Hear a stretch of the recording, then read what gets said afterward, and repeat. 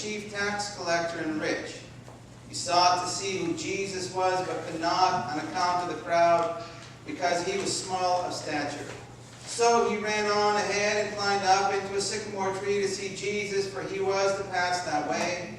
And when Jesus came to the place, he looked up and said to him, Zacchaeus, make haste and come down, for I must stay at your house today. So he made haste and came down and received him joyfully. And when they saw it, they all murmured, he has gone in to be the guest of a man who is a sinner. And Zacchaeus stood and said to the Lord, Behold, Lord, the half of my goods I give to the poor, and if I have defrauded anyone of anything, I restore it fourfold. And Jesus said to him, Today salvation has come to this house, since he also is the son of Abraham, for the Son of Man came to seek and to save the lost. Glory to you, O Lord. Glory to you.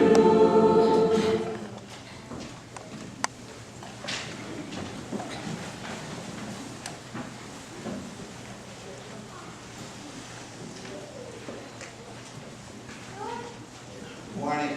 Good morning. Peace be with you, O reader, and peace be on my son.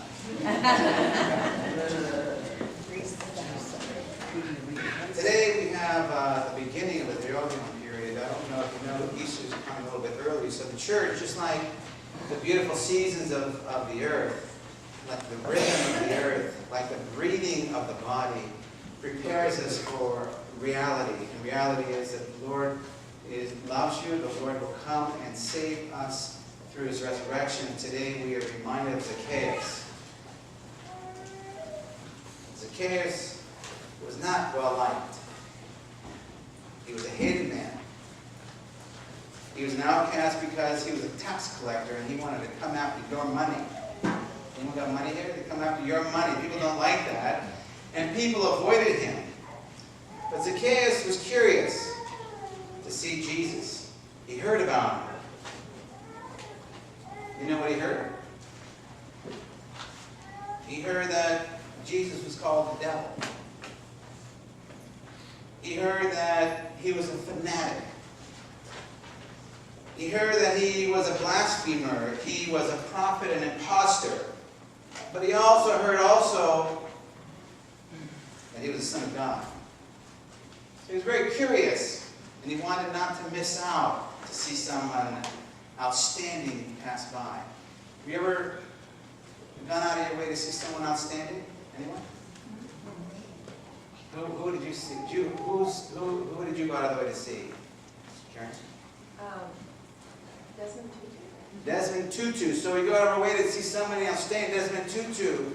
My son and I, we went to a play one day, and Michael Jordan was in town. And we had to go see Michael Jordan, so we had to fight through the crowd, and just to get a peek, just to look at him. Sports figures, people want to see sports figures. I remember we went in line to see Alex Rodriguez. Really famed guy now, look where he is now. King Tut. King Tut. Someone went to go see King Tut. So he pressed through the crowds to get to see Jesus, but he realized he was so small in stature, and he climbed up a tree waiting for him to come that way because he knew he was going to come this way. And he wanted to get close to Christ. And many of you want to get close to Jesus, but you face many obstacles. And he says, I am the Lord your God. You shall not have any other gods before you. And Zacchaeus had a lot of gods before him. Can you just imagine what kind of gods he had? He had money, he had pride, so many things that got in his way from connecting with the source of life. Just like you and me. I don't know if you ever thought, I never thought of this. The women's group is reading this book, No Other Gods, and I find it very powerful. And it talks about the idols that we have. You know what the first commandment is? You shall love what? What's the second one? before. We don't know the time. You shall have no other gods before you. And then I thought, I was reading this book. I have no other gods before me. Well, my word is my God, Jesus. I love God. And then I started thinking, I'm reading this book, and let me share with you and see if you fit into this place here, because this was Zacchaeus. It says here, anything that takes place of God in our life deserves our attention. Bad hair aside. Most of us think of an idol as a statue of wood, stone, metal, worshipped by pagan people. In biblical terms, it is something other than God that we set our heart on, that motivates us, that masters and rules us, or that we trust, fear, or serve. An idol can also be referred to as a false god or something, a functional god. When I consider what I set my heart on, what motivates me in life, what controls me, and what I serve with energy and resources, suddenly I am far from graven images, and I am toe-to-toe with my lust for attention, my attachment to comfort, my demand for people to meet my needs. These are just a hint of the things I often look to as my personal saviors. An idol is something within creation that is inflated to function as a substitute for God. All sorts of things are potential God idols, depending only on our attitudes and actions towards them. Idolatry may not involve explicit denials of God's existence or character. It may well come in the form of an over-attachment to something that is in itself perfectly good. An idol can be a physical object, a property, a person, an activity, a role, an idea, institution, a hope, an image, pleasure, a hero. Anything that can substitute for God is an idol. I don't know if you ever thought about what keeps you really from uniting yourself with Jesus Christ. But today, the church is asking you as we prepare our bodies, our souls, our minds to receive Christ and to allow Him to change our lives at His resurrection and He conquers death. So anything that keeps us from God, we need to reckon that. Anything that controls us, that gets between God, we need to find a way to heal.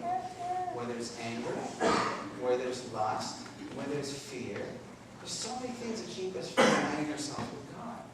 In our book, Wounded for Love, Karen Serkland said a very powerful thing as we were thinking about how to keep our minds focused on Christ. And she was saying how when thoughts come our way, things that disconnect us, when we have thoughts of complaining, thoughts of judgment, she was saying that sometimes we just have to go, shoot, just push them aside.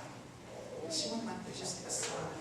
We have these thoughts, we push them aside so we can stay connected with the real God in real time. So Zacchaeus was real interested in seeing Jesus. I don't know when you got out of bed who you wanted to see. I hope you came here to see Jesus, because Jesus wants to see you. So what happens, he's up in the tree, just an innocent bystander, not expecting anything to happen, really, except seeing this cool guy that he thought may have been a devil worshiper, may have been an idol worshiper, may have been a prophet, may have been God, Son of God. He's sitting up there, and all of a sudden, he says, Zacchaeus. Man, I never met the man. He calls me Zacchaeus. He calls him by name. He doesn't see a tax collector. He doesn't see a thief. He doesn't see a prideful man. He doesn't see a man filled with shame. And there's a story about a professor who was teaching a class of theology, and he was talking about how Jesus ministered to a prostitute, and the student in the room says, Jesus didn't see a prostitute. And the professor said, not only did he go to prostitutes, he went to the maimed and lame. And he said, he didn't not see a prostitute. And then the professor kept going and said, well, how he tries to heal the wounded, that the student, he did not see a prostitute. Finally, the professor got it. Jesus doesn't see prostitutes. Jesus doesn't see tax collectors. Jesus doesn't see gender issue. Jesus doesn't see a murderer. Jesus doesn't see anything except the person. And he calls him by name. And he says, come down. He says, Paul, get out of your seat, come down. Christopher, doctor, get out of your seat, come down. Bill, Tasso, Michael, Graj, come out of your seat, come down.